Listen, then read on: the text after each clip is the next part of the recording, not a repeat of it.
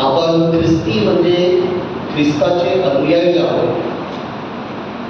Christian ह्या शब्दाचं जर स्पेलिंग आपण पाहिलं तर पहिलं क्राइस्ट आहे आणि मग आय नंतर काय आहे IAN, बरोबर. ख्रिश्चनचं स्पेलिंग काय आहे फर्स्ट क्राइस्ट, करेक्ट, CHRIST, त्याच्यानंतर RA आणि N. तर ख्रिश्चन मधून तुम्ही क्राइस्ट हा जर शब्द काढला तर काय होतं IAN. तर असं म्हणतात की ख्रिश्चनच्या चिन्हामध्ये जे ख्रिस्ती आहेत त्यांच्या चिन्हामध्ये ख्रिस्त असलं पाहिजे आणि ख्रिस्त त्याच्यामध्ये वगळला तर IAN राहतं. Means I have nothing without Christ. तर आपण जर स्वतःला ख्रिस्ती म्हणतो and if we say I am Christian and if you remove that Christ from the word Christian, then what remains is IAN. I have nothing without Christ. आणि म्हणून आपल्याला आपलं जे लिटर्जिकल कॅलेंडर असतं ते समजून घ्यावं लागेल. जे आपण कॅलेंडर विकत घेतो ते कॅलेंडर दिवसाचं असतं, महिन्याचं असतं. जानेवारी ते डिसेंबर. पुढच्या जानेवारीला 2025 पासून नवीन कॅलेंडर येईल. त्याला काय म्हणतात दिनदर्शिका. काय म्हणतात calendar of the year.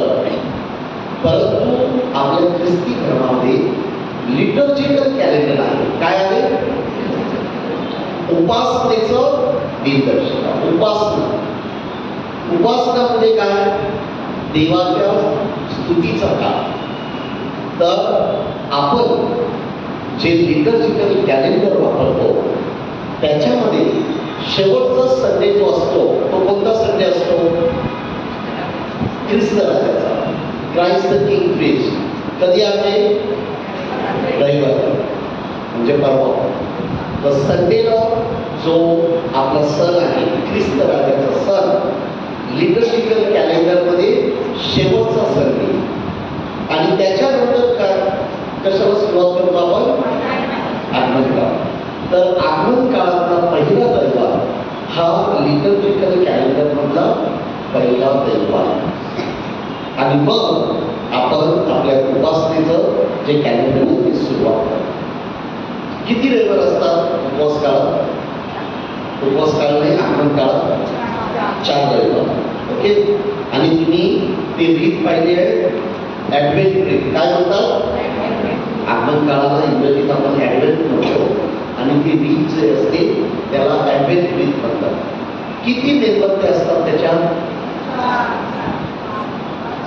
5, 4. Very good. तर 5 मेणबत्त्या असतात. 4 मेणबत्त्या 4 रविवार असतात वर्षाचा की आगमन काळात 4 रविवार असतात. आणि मधली जी मेणबत्ती असते ती ख्रिसमसची मेणबत्ती असते.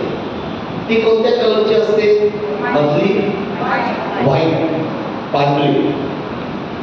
Jesus Christ the light of the world. आणि म्हणून सफेद कलरची मेणबत्ती मध्ये असते. आणि जे राऊंड असतं त्याच्यामध्ये किती मेणबत्त्या असतात? 4 आगमन काळातल्या 4 मेणबत्त्या. त्या 4 का ठेवलेल्या आहेत? 4 रविवार असतात. Very good. आणि 4 रविवारला टॉपिक दिलेला असतो, थीम दिलेला असतो, विषय दिलेले असतात. कोणते कोणते विषय तुम्हाला माहिती आहे बघूया. एक शांतीचा असतो, दुसरा आशा, नंतर विश्वास नाही, जॉय आणि लव.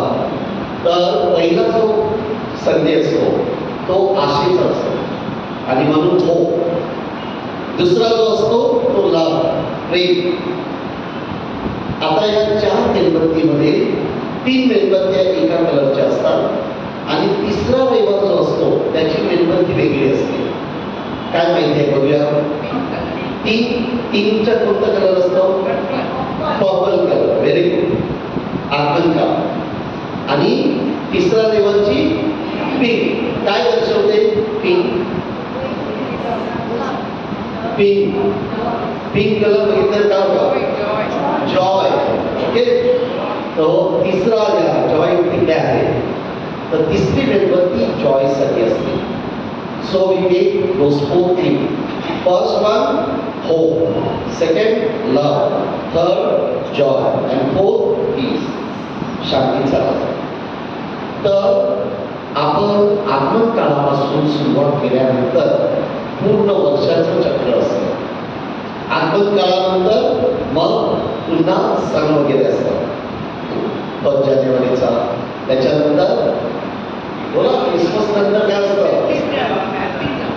बॅप्टिझम असतात. पण सण कोणते? मग आठवलं कोणता सण असतो? एरेंगलला कोणता सण असतो?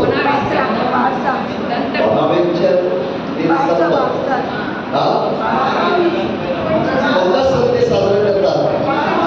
3 राजाचा, त्याला काय म्हणतात? एपिफनी. ओके. एपिफनीचा सण असतो. 1 जानेवारी नंतरचा जो रविवार असतो त्यावेळेला असतो. आणि मग आपण क्रिसमसचा गाईचा गोळा करतो ना, क्रीम.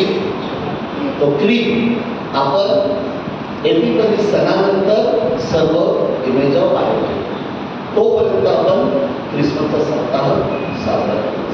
आणि मग पुढचे जे सर्व उपवास, त्याच्यानंतर गुड फ्रायडे, ईस्टरचे 5 रविवार असतात. आणि त्याच्यानंतर पुन्हा ऑर्डिनरी टाईम. मग ऑर्डिनरी टाईमनंतर बरेचसे सण असतात.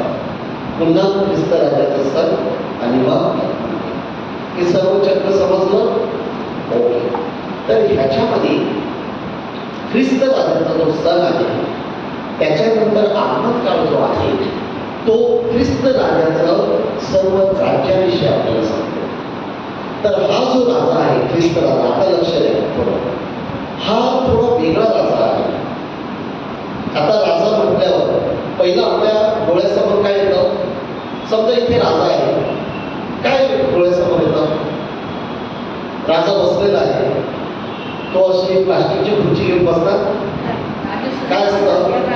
राजासन असतं. आणि त्याचे कपडे वगैरे फाटके वगैरे असतात ना, नाही चांगले कपडे असतात. ओके.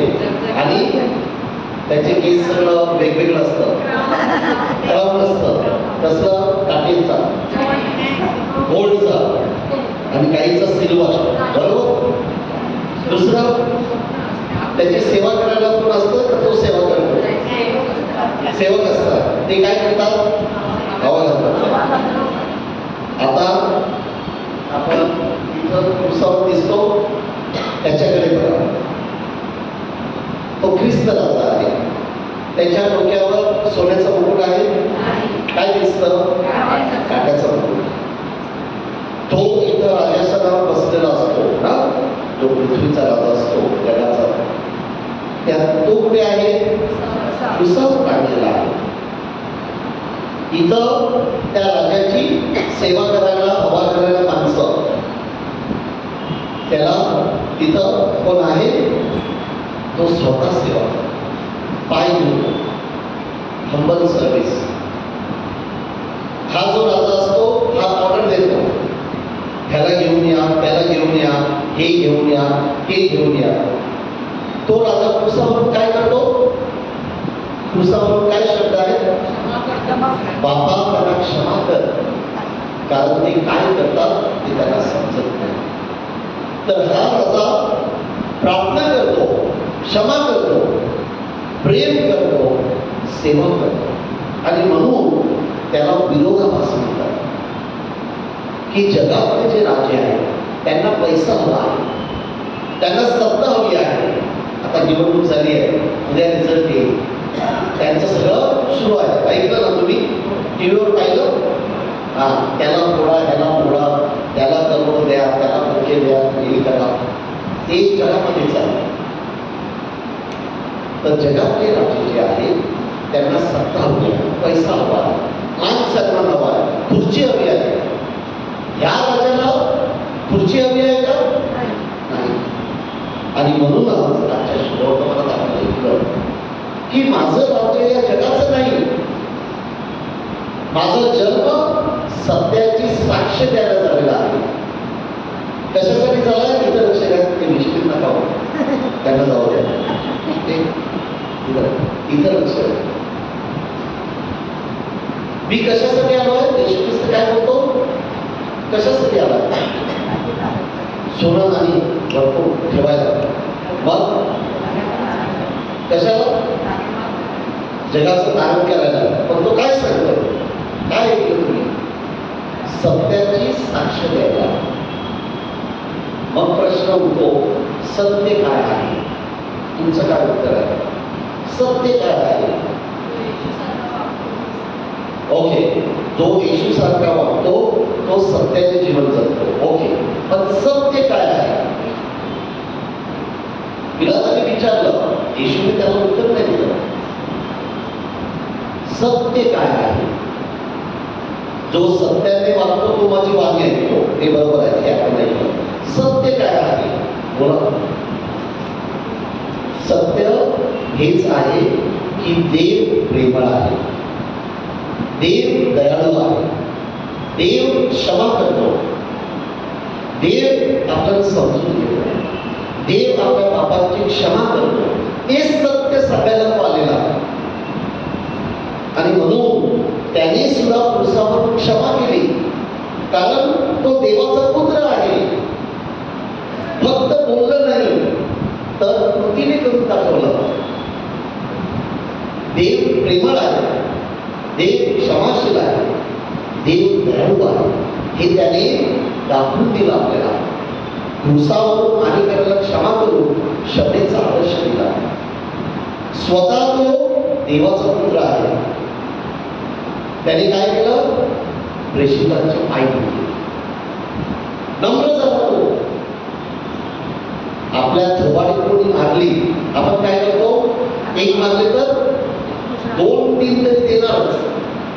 आणि आपण सांगतो सुद्धा, काय सांगतो? तुला मी दाखवतो, मी कोण आहे ते दाखवतो. आणि तो काय करतोय? क्षमा. बाबा त्याला समजत नाही, क्षमा करतो. आपण काय करतो? दुसऱ्याला सांगतो तू माझी सेवा कर, मी सांगतो तसं कर. तो स्वतः प्रभू आहे, त्यांचा नेता आहे. तो काय करतो? आपलं गार्मेंट काढतो आणि पाय धुवायला लागतो. आणि म्हणून संत मित्र त्याला काय म्हणतो की मी पापी माणूस आहे, माझे पाय धुवू नको. परंतु येशू ख्रिस्त त्याला काय सांगतो?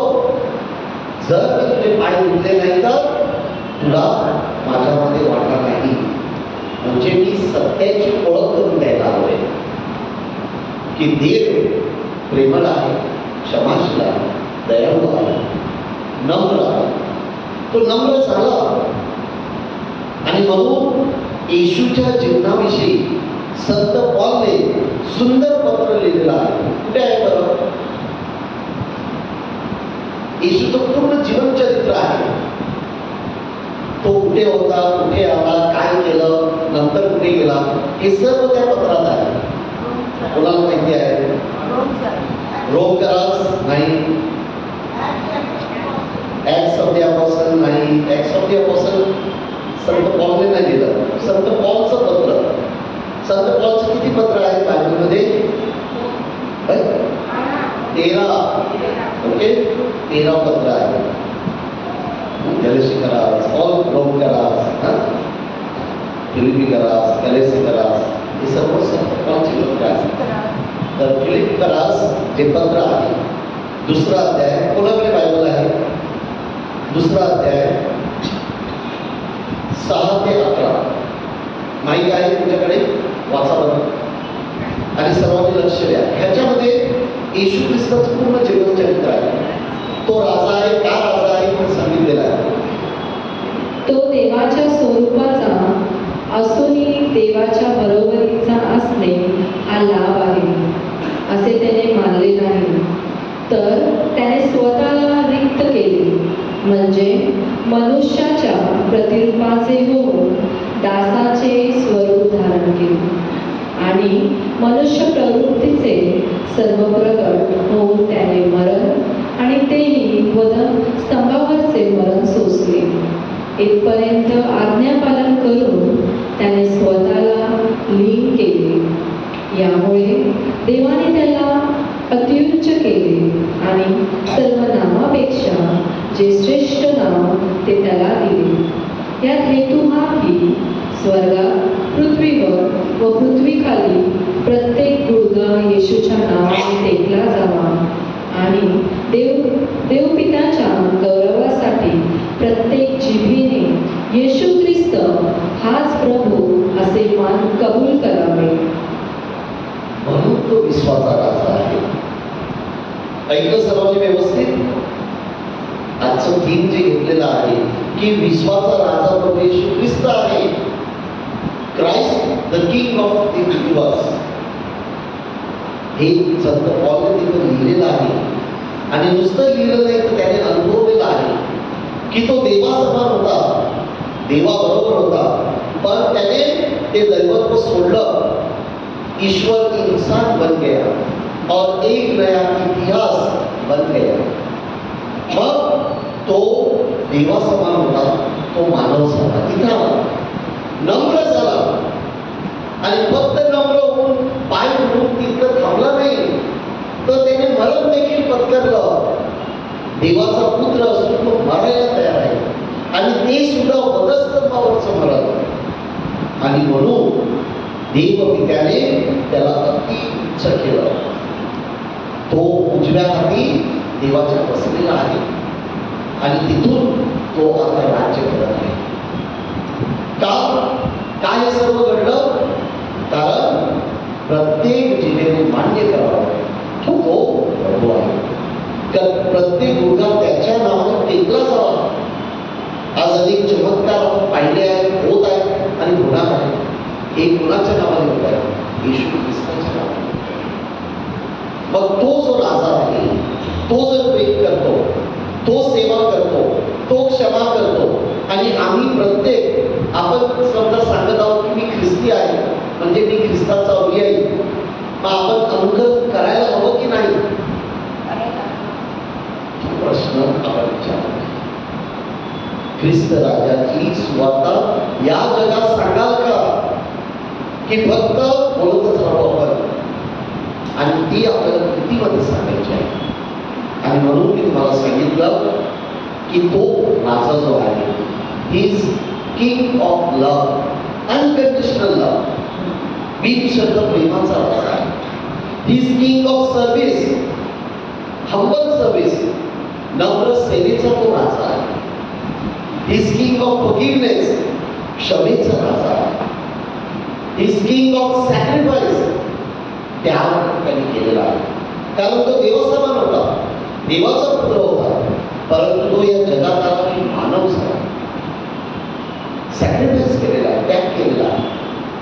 Is king of healing, healing service आपण ठेवतो इथं. त्याने अनेकांना आरोग्य दान दिलं, नवीन जीवन दिलं. जे आंधळे होते त्यांना दृष्टी दिली. गेल्या आठवड्यातच आपण पाहिलं, तो सांगतोय हा महसेवकी, ह्या महसेवकी, माझ्यावर दया कर, तुला काय हवं आहे? मला दृष्टी हवी आहे. मिळाली की नाही त्याला दृष्टी? आणि हे सर्व घडलेलं बायबलमध्ये लिहिलेलं आहे. मी 2 वेळा होली लँडला जाऊन आलेलो आहे. जिथं हे घडलं त्या जागा आहेत. बेथलेहमध्ये त्याचा जन्म झाला, बेथलेहम आहे. ज्या समुद्र किनाऱ्यावर चालला समुद्र पाण्यावरती, तो समुद्र तिथं आहे. ज्याला दृष्टी दिली ती जागा तिथं आहे. संत पीटरची सासू ताप आलेला, तिला बरं केलं, ती जागा तिथं आहे. मेंढपा त्या बकऱ्यांना आणि मेंढ्याने घेऊन चालत होते, ती जागा तिकडे आहे. मरिया मातेला जिथं संदेश मिळाला, कोणी संदेश दिला? गॅब्रिएल देवदूताने. तिथं चर्च आहे आता. येशू ख्रिस्ताला जिथे टांगवलं होतं क्रुसावर, ती जागा आहे. सगळं काही आहे तिथं, काल्पनिक काहीच नाही आहे. मग हा जर राजा हे सर्व करतो तर आपल्या प्रत्येकाला तो भावत आहे. तर ह्या रविवारी ख्रिस्त राजाचा सण साजरा करीत असताना हे आपण प्रत्येकाने मनामध्ये आणि हृदयामध्ये बाळगलं पाहिजे की ख्रिस्त राजा हा प्रेमाचा राजा आहे. तर मी प्रेम करत आहे का? माझ्या कुटुंबामध्ये मी ते प्रेम देत आहे का? माझ्या कुटुंबात मी शांती निर्माण करत आहे का? अनेक उदाहरणं दिली आहेत. जे घडलेलं आहे ते सर्व सांगितलेलं आहे. पुन्हा पुन्हा मी ते सांगणार नाही. फक्त आपण जसं बांद्र्याला तो नाझरेत सांगत होता, पत्नीद्वारे प्रेमाचा अनुभव घेतला, ती माझी सेवा करते. माझ्या मुलामुळे माझ्या घरात आनंद आहे. जर आपण तसे वाटत असू तर आपण ख्रिस्त राजाचे अनुभव आहे. माफ करणं सोपं नाही आहे. तो क्रुसावरून माफ करतोय. आणि आपल्याकडे उदाहरणं आहेत. पोप जॉन पॉल II आज संत आहे. माहिती आहे ना सर्वांना? कोणत्या काळातले? आपल्या काळातले. कधी आलेले भारतामध्ये? सर्व विसरले हा? No no no 64 Pope Paul. Pope John Paul II and talking about. आता हा 19 yeah so yeah 83 he came to India and then he visited several countries.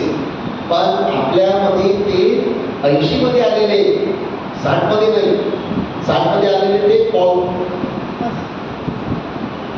Paul, हे जॉन पॉल II द्वितीय आपण सांगतो ना. आज ते संत आहे.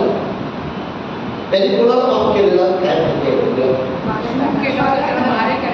हा, रोमला पोपचं दर्शन घेण्यासाठी लोक जातात. किती जण गेलेले आहेत? Very good. मी पण गेलेलो आहे. तर तिथं पोपचं दर्शन आपल्याला मिळतं. तर पोप जॉन पॉल II एवढे दयाळू आणि क्षमाळू होते. तर तिथले ते किंग आहेत ऍक्च्युली.